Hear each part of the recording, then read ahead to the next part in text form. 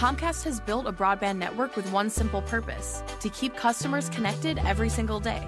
In the last 10 years, we have invested $30 billion and $15 billion since 2017 alone to keep America's largest gig-speed broadband network fast, secure, and reliable. Because more Americans rely on Comcast to stay connected, we work around the clock to build a better network every single day. Comcast. Better today, even better tomorrow. Learn more at comcast.com/network.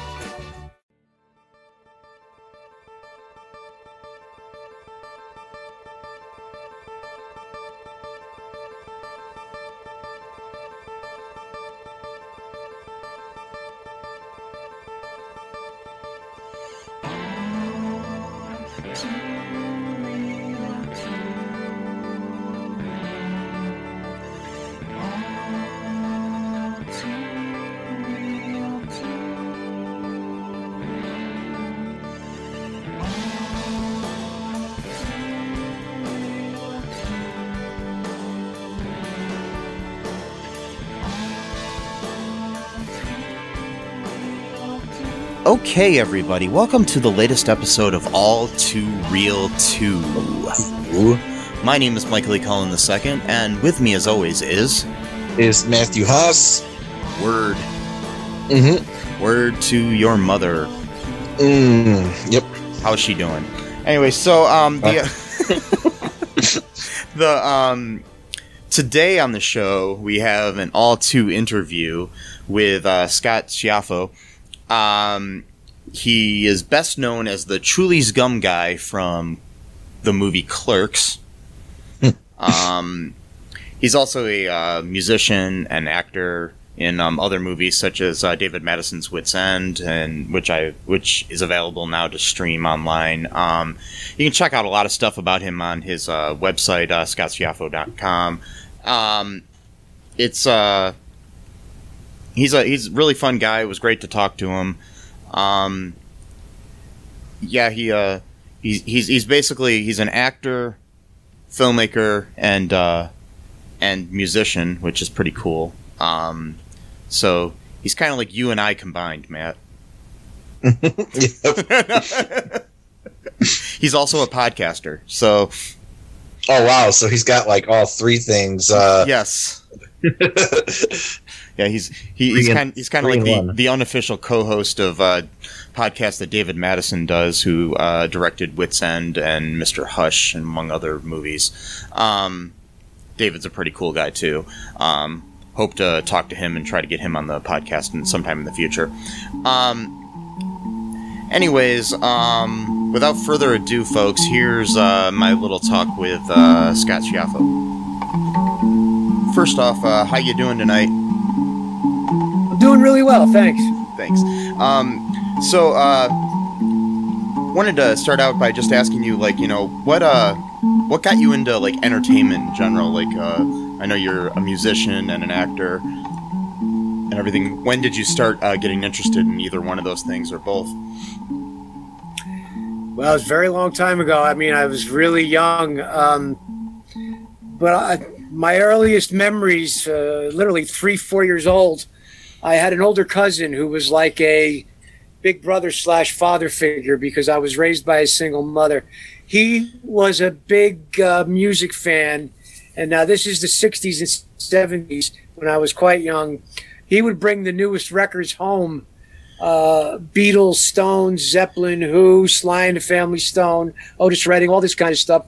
And I literally was like 4 or 5 years old, and I knew all the Beatles names before I think I knew a lot of my own family's names. And I fell in love with music, and I felt the same way eventually about movies and television, because I was not a sports guy, because I was raised by a single mother, and I was kind of a really geeky kid, so I wasn't involved in sports really at all. I just loved music and movies. Yeah, I'm the same way myself. I never been a big sports guy myself because, I just, I don't even know any of the rules of football at all. People will be like, yeah, what, like, what? So I'm right there with you. I mean, I learned a little as time went on, but I had no interest in sports whatsoever and no interest in watching professional sports at all. When what was the first major I don't know, moment in your life where you decided to pursue music or acting or anything like that? Like, what was the first thing you did, like when you were a kid or when you were older or anything like that led you to where you are? Well, musically, the story goes way back, and I remember pretty vividly how that happened. Acting and working on film didn't start to really become a thing on my landscape until late high school, college, and late teens, early 20s. Music was, like I said a moment ago, from a very, very young age.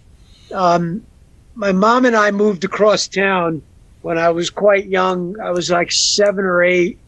And she had gotten me a guitar and some lessons, and it didn't go well at all. And I kind of put it in the corner, and I forgot about it. But then we moved across town, and my next door neighbor was this really cool older kid. When I say older, he was like 18, and now I'm about 12 or so. And he played guitar, and he was pretty decent. And I pulled out my guitar, and he showed me a couple of really cool licks. And somehow this time, it really stuck. Like, I began to play some cool riffs, and as soon as I was able to even make a little bit of music, I was super hooked on it. So I went from not being very good at it with lessons as a young kid to now 12 or 13, I have my next door neighbor showing me some rock guitar licks. And as soon as I got the hang of it, somehow it really took that second time. And I literally, from the time I was 12 or 13, right up until my mid-20s or so, if I was awake, I probably had a guitar in my hands. I mean, I lived for guitar all those years. The acting came a little later. Came in high school, came in college. I know, obviously, you're best known as the Chewlies Gum Guy in Clerks. How did you get that role? Well, that's an interesting story, too. Over the years, there's been a lot of different myths associated with the movie because of the nature of how he did it and the low budget. A lot of people think, and for many years thought, that everybody in the movie was either a friend or a relative. But that's just not true. Most of the main cast, when I say main, I mean Dante, who's Brian O'Halloran, Marilyn Gigliotti, who played Veronica, and myself, and Lisa Spoonhour, who played Caitlin, rest her soul. We lost her a couple of years back. We didn't know Kevin at all. We saw an ad in the paper, and I was an hour and a half away from everybody. I didn't live down South Jersey or by the shore where all those guys were from. I saw an ad in my local classified saying, independent filmmaker chooses to examine the day in the life of a convenience store clerk. And back then, 1992, 93, no internet, no cell phones. You got your acting auditions from the trade papers and from the classifieds of your local paper if they were looking for actors or if anybody was doing anything. And it was very rare. Not like it is now. Basically, you throw a rock, somebody's shooting a movie with their phone. Back then, it wasn't like that at all. So I said, wow, there's a guy shooting a film in New Jersey. I got to get down there and audition.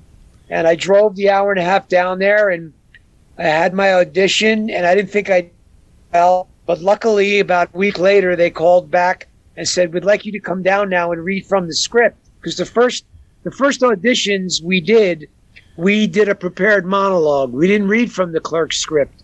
And if he liked what you did, he gave you some scenes from the actual script, and he called you back. Those are called callbacks.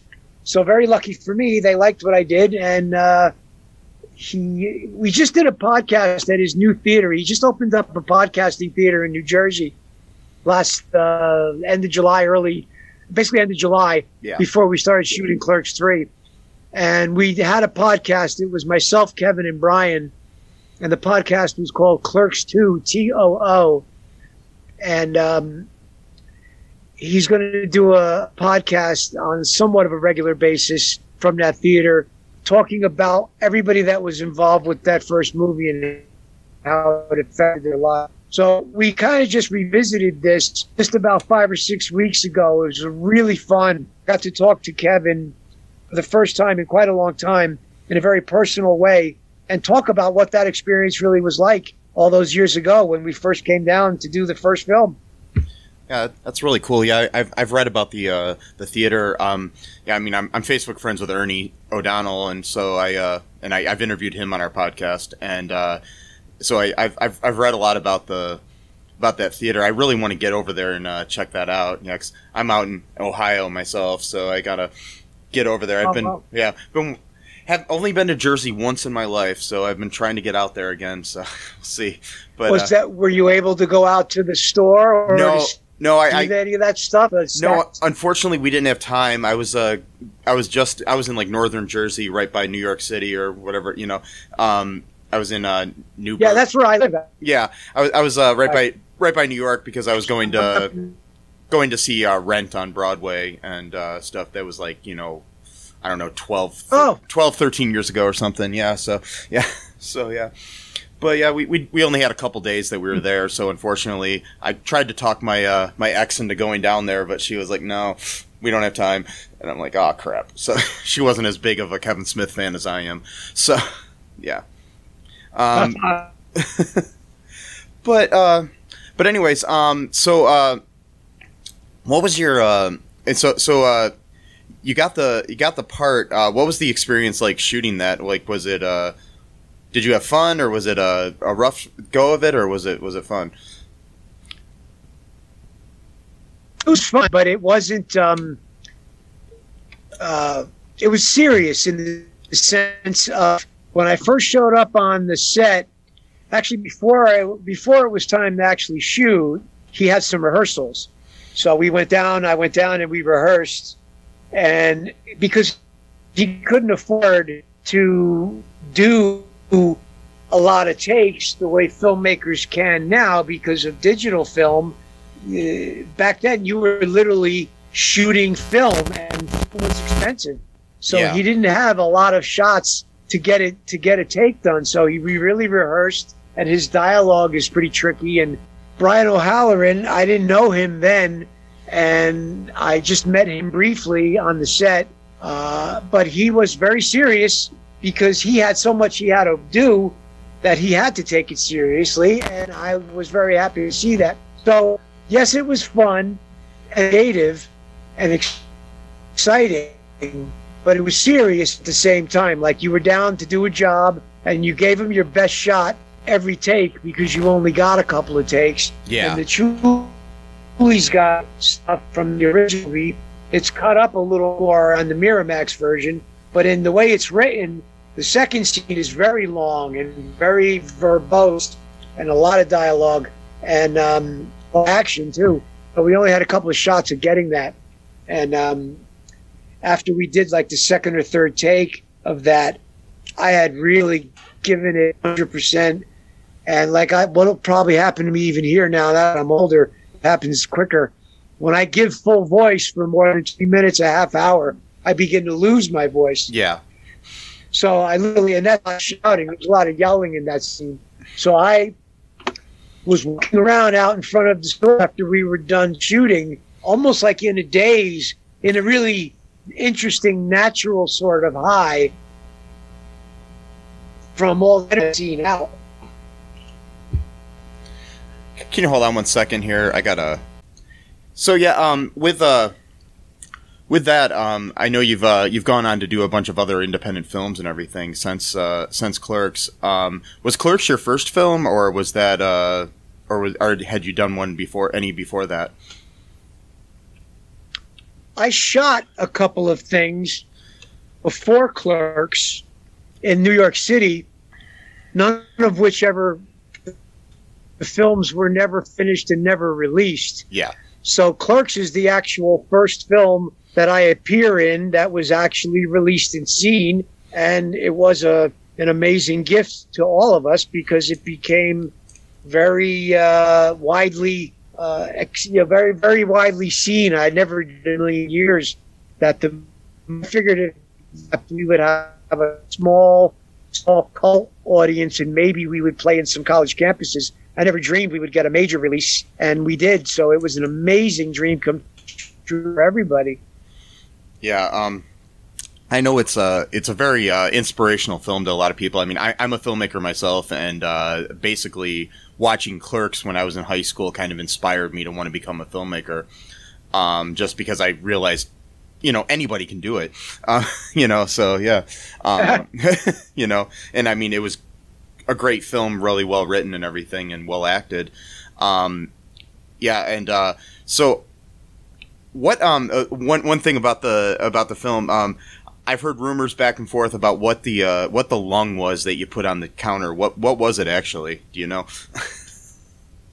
Oh, that's really interesting, and I'll tell you why. Not that I'm giving away anything so major in Clerks 3. Yeah. But we revisit that in Clerks 3 as a joke, because in the original movie, you never really got to see what that was. And it's a shame, because he put a lot of work and effort into that prop in the original movie. But again, because he didn't have a lot of footage and a lot of film to waste, he never just got a shot of the lung. So you didn't get to see it. But it was a big hunk of tripe, which is cow stick. And it's disgusting, and it looks kind of like a big sponge almost. And they rubbed it in dirt, and they stuck cigarette butts in it, and they wrapped it around a hunk of styrofoam. So when I pulled it out, it was sort of like lung shape. But it was really gross. I mean, I had gloves with me, luckily, because had I not, you didn't want to touch it. So you pulled it out and put it on the table. And it really made an impact. But sadly, in that first movie, you don't get to see it. But a bit of a spoiler alert, you will see it in the Clerks 3. Nice. Yeah.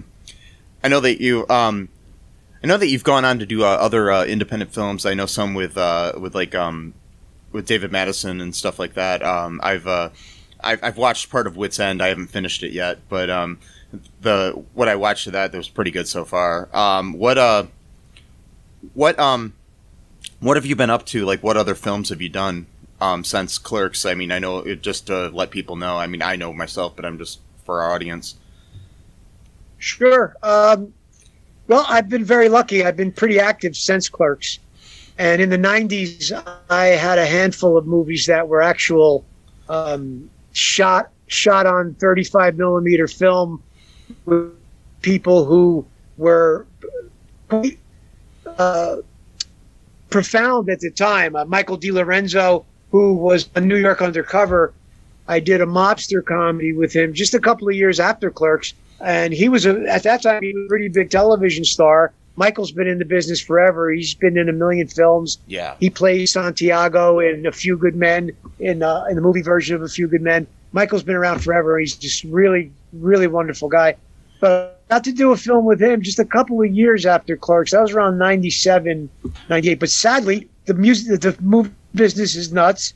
The film never was properly finished or never came out. I have a rough cut of it, and you could see a lot of it on YouTube, but the film never came out, which is heartbreaking for me. Wow. Because at the time, like I said, Michael was quite a big star, and all of my scenes were with Michael.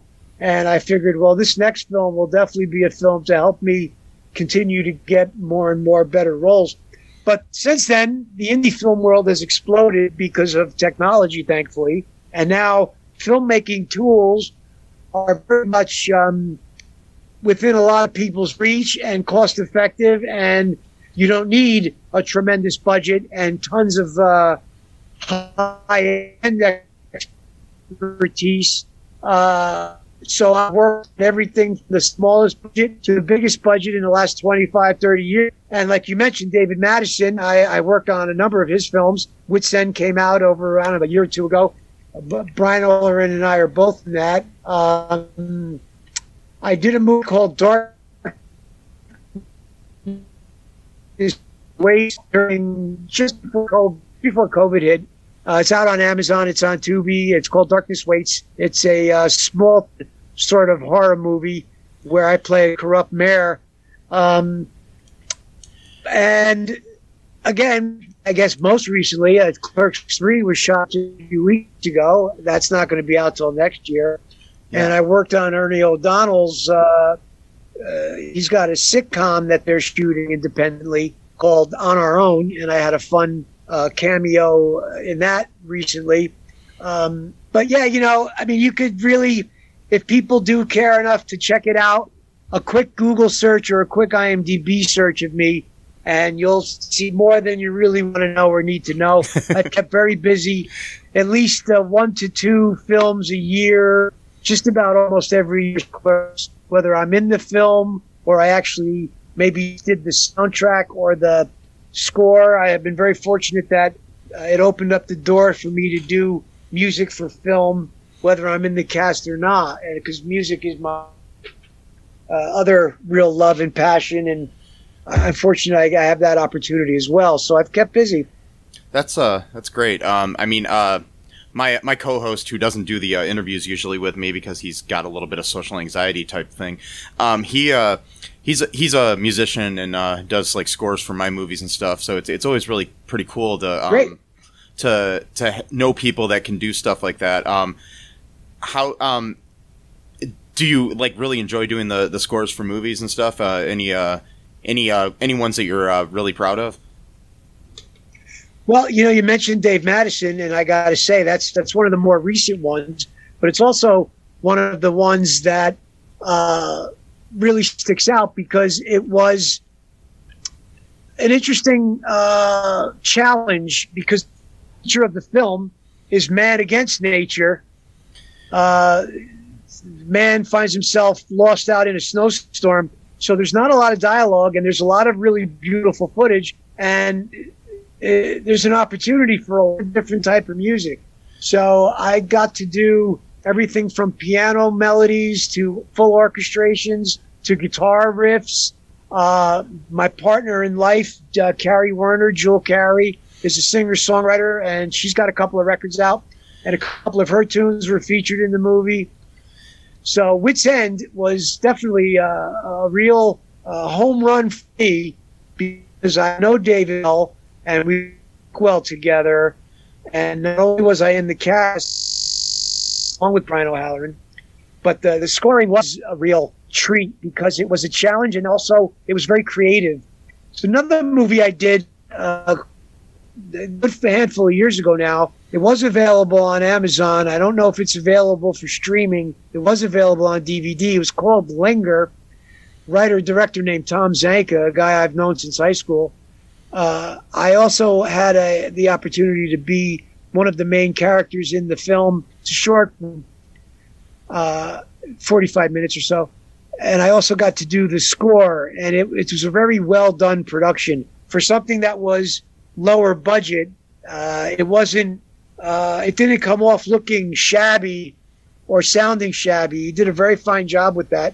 So that's another one that's pretty near and dear to me as far as the music and doing film. But yeah, definitely have to check those out. Like I said, I've watched probably about halfway through Wits End right now. I work third shift, so I'm tired a lot of times. So I started getting tired, and I'm like, I got to turn this off because I needed to sleep. Yeah, the third shift is like throughout the night, I guess, right? Yeah, I work 10 p.m. till 7 a.m. So yeah. Wow. Yeah. So you're like on opposite time of most people. Yeah, like I just woke up right before recording this at 9:30, and so yeah. Yeah. So like your day is night and your night is day. Yeah. Been doing it for 11 years. It's used to it, but yeah, it's wow. Yeah. It takes a long time to get used to, though, because, most people are awake and nobody else can get used to it. You got people calling you in the middle of the day, expecting you to do something, and you're just like, yeah, I can't.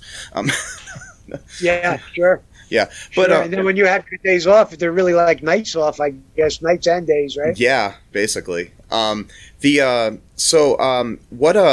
kind of advice would you give to anybody that's interested in getting into music or acting or any kind of entertainment?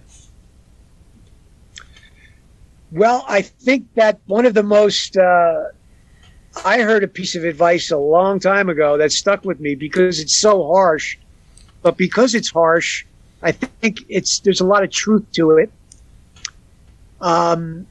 If they sit down and they think about this, whether it's anything in creative arts, whether it's music or writing or directing or filmmaking or painting or anything where you're creating art and you need to sell your art to make a living. It's a very difficult thing. It's usually a feast or famine thing. So the piece of advice I heard was, you think it through, and if you feel that you can be happy doing anything else, then maybe consider that. But if you genuinely could sit down and say to yourself, I'm not going to be happy unless I pursue a career and a life as an actor, a comedian, a writer, a musician, any of these creative arts, because it's so heartbreaking and so difficult to make a steady living at it. But if you could take that commitment and you're really passionate about it, I would tell people to go for it no matter what and to never give up, because you never know when you're going to get a break, and you don't know what age you might be, and you don't know what project could be the one that's actually going to cross over and break. I was not all that young when I shot Clerks. I was 27 when I got the role, and I was 30 when the movie came out. Now, I'm almost 60, so, that's not that old, 27 and 30. But when you are in your 20s and you're approaching your 30s, a lot of people, if they don't know what they're going to do with their life by then, feel like they might be lost. So I never gave up on the dream, and luckily I had people in my life that were very supportive of that. And if you dream of if you really want a family, if that's an important thing to you, you might want to give yourself a window of time to try music and acting and filmmaking, because it is a tough thing to really make a living at. But if you really want it badly enough, I tell them that you should stick with it no matter how heartbreaking, because if and when you get a break, it'll all be worth it. Yes. So back to Clerks 3, just you guys were just filming that. How was it to come back and see everybody that you were able to see? Well, it was mind-blowing on so many levels that the first and foremost, my memories of the original film, we were young. We were all kids, even though, like I just told you, I was in my... I was 30 when the film was actually released. That's still pretty young. We were all young. We were all very green, and there was no money.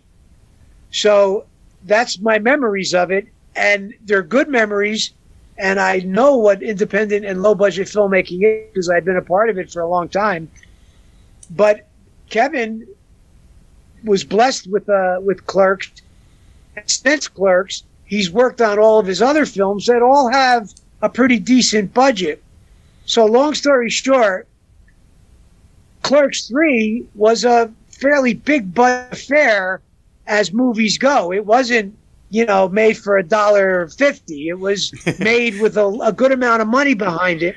So there were trailers, and there were more people doing hair and makeup for the movie than were a part of the whole last movie. There were more people operating the camera crane than worked on the set. It was mind-blowing to see that. I had a trailer. I had my own trailer. The Chewlies Gum Guy had his own trailer. So that tells you just how different it was just in terms of that. But I do see a lot of those people somewhat often, except because of COVID. I didn't see anybody for a while because of COVID, but I do get to see Brian at conventions. We are friends outside of the movie, Brian and I.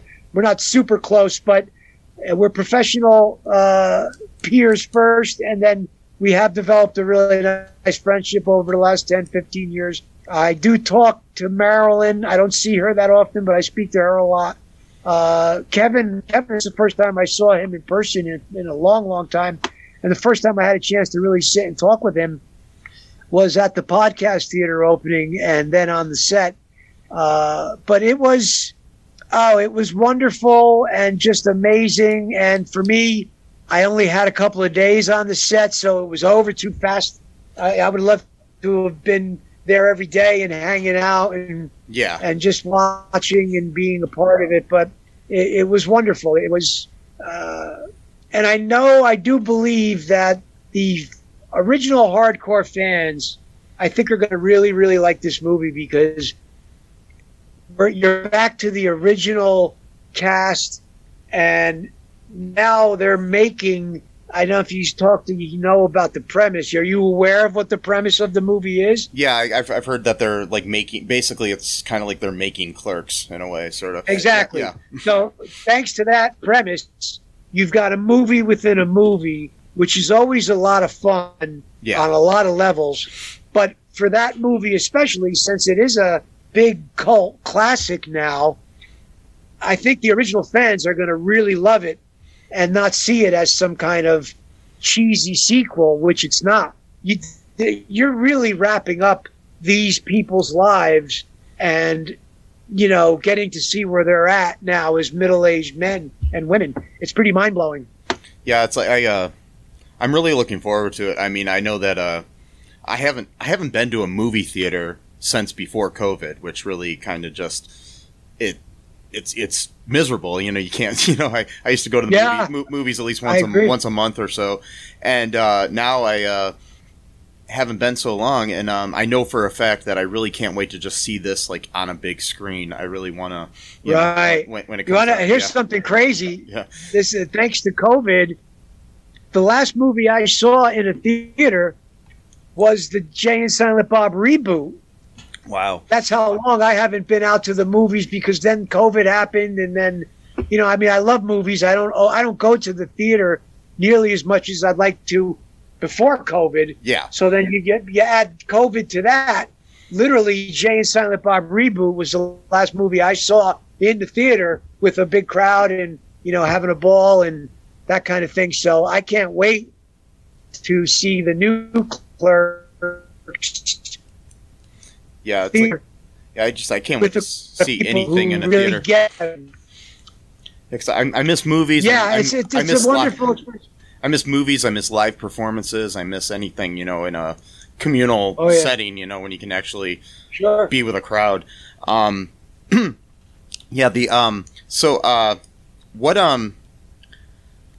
do you have coming up? Anything else coming up besides Clerks 3? Well, as far as that's, I've already been shot and will be coming out. It's Clerks 3, which will be coming out next year, but early next year. And I don't know when Ernie and the folks who are working on Our Own, the sitcom, I don't know when that's going to get any kind of public release, but that'll probably be early next year. A lot of things I worked on over COVID have come out. A lot of things during COVID were released during COVID. Like I said, if you see my IMDb or you see me on any of the social media, you'll catch snippets and you'll catch where you can get these films streaming or on DVD. Darkness Waits, that came out last year.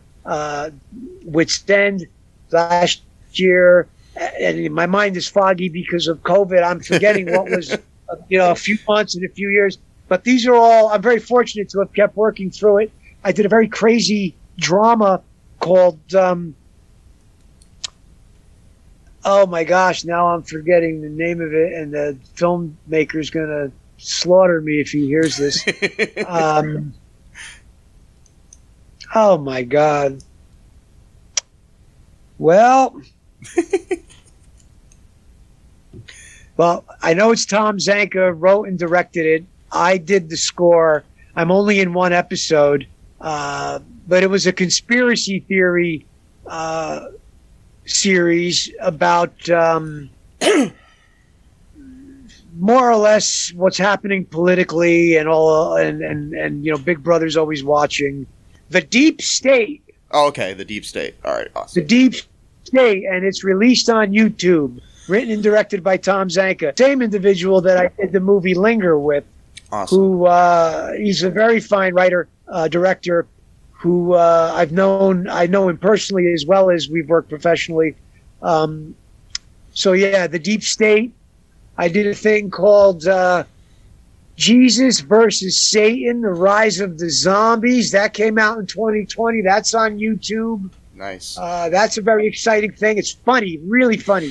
Chris Pierre Domenico, he shot most of that during COVID. Oh, wow. And he edited it, and it came out really well. And very fortunate. I get to keep working, COVID or not. And I have my podcast, which is not really mine, David Madison's End of the Night on Sunday nights at 10 o'clock Eastern. Yeah. We interview film people and music people, and we have a fun sort of pop culture podcast that I am the official, unofficial co-host of. Nice. Yeah.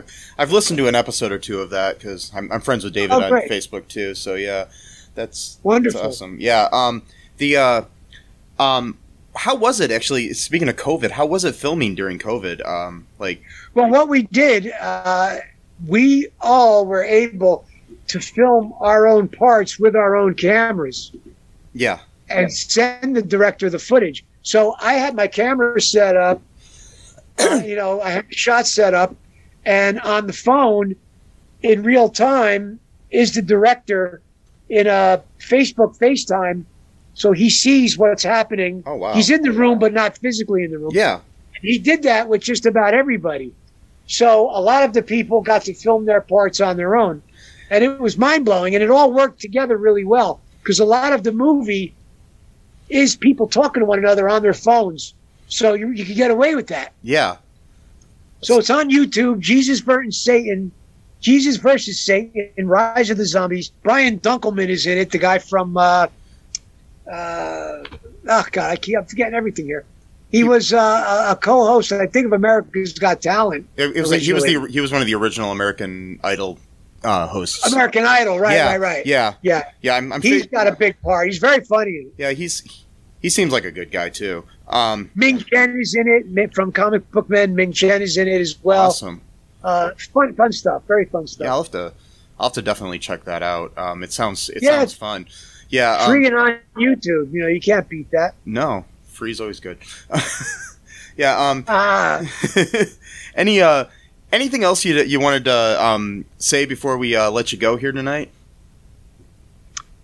No. Well, we've covered a lot of ground, Michael. Thank you for having me. I'm very happy you reached out and we got to talk. Yeah, me too.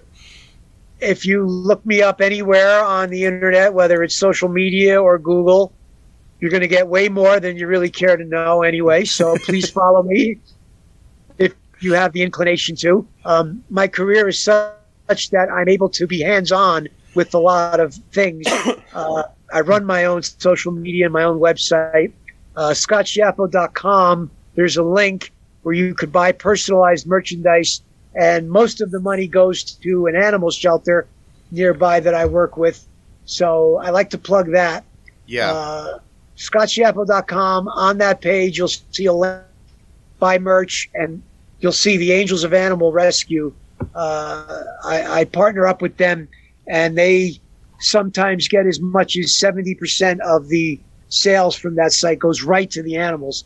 So it's pretty awesome. That's great. I saw that on your site when I was looking it up the other day, and I think that's very cool that you're helping out animals because everybody loves animals, and if they don't, there's something wrong with them.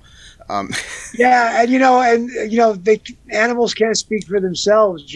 Yeah, and I mean, children can't either. I mean, I care deeply about humans too. Definitely. But my lady friend, who I love dearly, over the last 2.5 decades of knowing her, she's really opened me up to nature and animals. And Jewel Carey, a.k.a. Carrie Werner, who I love with all my heart. That's awesome. Yeah, well, I thank you for your time tonight, and if you ever have anything you want to promote and you want to come on, just let me know, and we'll have you back on anytime. It was a pleasure to talk to you, and I hope you have a good night. You too. Thank you, Michael. You have a great weekend. Thank you. You too. Okay, everybody. I hope you enjoyed that interview there with Scott Schiaffo. The really cool thing about him is I recommend going to his website, buying some of his merch, because all the money goes to help out animals, which is really cool. So yeah, you can buy some of his merch, and it'll help out a local animal shelter in New Jersey where he lives. And, you know, like he said, animals don't have a voice. So, you know. Right. We got to help them, people, you know. I don't know. That it was interesting to listen to him talk about stuff from Clerks and other things. Anything on your mind, Matt, before we wrap things up here today? No, just kind of just going off what you said. You know, it's good to support, you know, artists, and you know, especially if they're, you know, going to be giving the proceeds to, you know, a good cause like, you know, animal rights, you know, groups or shelters. Yeah. The you know, to be a voice for the voiceless is always cool, you know. So yeah, that's basically what I always think is good, you know. And speaking of animals and stuff, so at Walmart they keep playing this recording, which I think is sad that they have to play. It goes you know, you've entered the store or club and you feel like you've forgotten something. Was it your purse? Was it your phone? Maybe it was your child or your dog.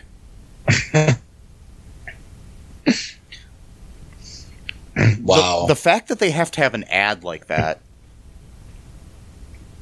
Wow. You know, you should make sure when you go into a store that you don't leave your dog or kid in the car. Or, you know, this could be another thing too, if some people's lives are just so stressed out and stuff, and they're like burning candles at both ends that they're just like, they literally just like, oh, I think I forgot my kid here. Yeah. Like, you know what I mean? It's like, oh shit, Johnny's in the back seat. But then again, it's kind of interesting because companies like Walmart that actually perpetuate those kind of things that goes on. So it's kind of interesting that they're the ones saying, oh, you forgot your kid because people like me are stressing you out so much that you can't think. Well, now I'm reminding you because I'm the one that's causing it to happen. Yes. But, you know, interesting. It's all good. It's just It's just like another ad that I saw where that I heard on in a Walmart, which you know, it's okay, whatever. I don't care if Walmart tries to retaliate against me for being pissed off at them. Anyway, so there was a thing that was saying, you know, you having trouble getting your kids to pay attention to their homework? You know, it's like, you know, why don't you buy them some toys or something to reward them for what? Yeah, that was literally something I heard in a Walmart. Oh my god. Yeah, and my thing with it is you know, and right when I heard it, I just yelled at the thing and I said, "Yes, let's bribe your kids with commerce." Yeah, that's. I mean, they definitely should have a reward tier system for things, but like not so much as like I'm going to buy you a toy every time you do your homework. Yes, like, you know, it's basically just Walmart saying, "Hey, you know, Johnny did his homework. Let's buy him a Batman action figure or something." You know what I mean? I'm just saying, exactly, you know, it's from our store, yes, our store, exactly. So that we get the money for it. Yeah, exactly. Yes. Oh God, I love the world, Matt. But anyways, make sure you check out the links in our show notes for stuff about Scott and his work, and you know, going to his website is the best way to find out all the stuff about him. You know, his Twitter, his Instagram, his Amazon, his music, and his booking and everything too on there.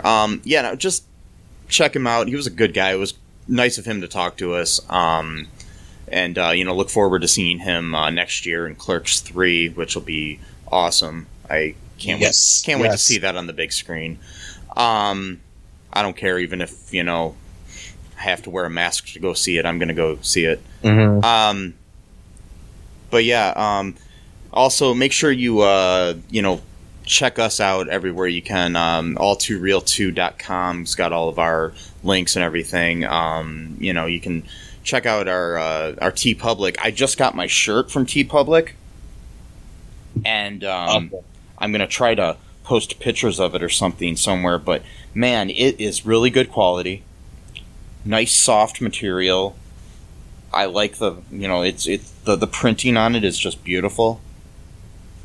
So, you can get yourself an All Too Real 2 t-shirt. You can get some other t-shirts that we have on there. Good quality stuff there at TeePublic. Also, doing that helps our show, even though we only get a couple bucks from each sale, it still will help us, might buy us dinner some night or something, but it'll help keep the lights on, as they say. And share the show with your friends, if you like us. And if there's anybody you want to hear us interview, and you know them, send them our way. I'd love to talk to anybody in the entertainment industry. It's always fun to do these interview episodes. But also, folks, be careful out there. Wear a mask, wear a condom. And until next time, folks, bye-bye. Thanks for listening to All Too Real 2 podcast, a Cullen Park production. Produced and edited by Michael E. Cullen II. Music by Matthew Hawes. Subscribe and share the show. Visit us at cullenpark.com.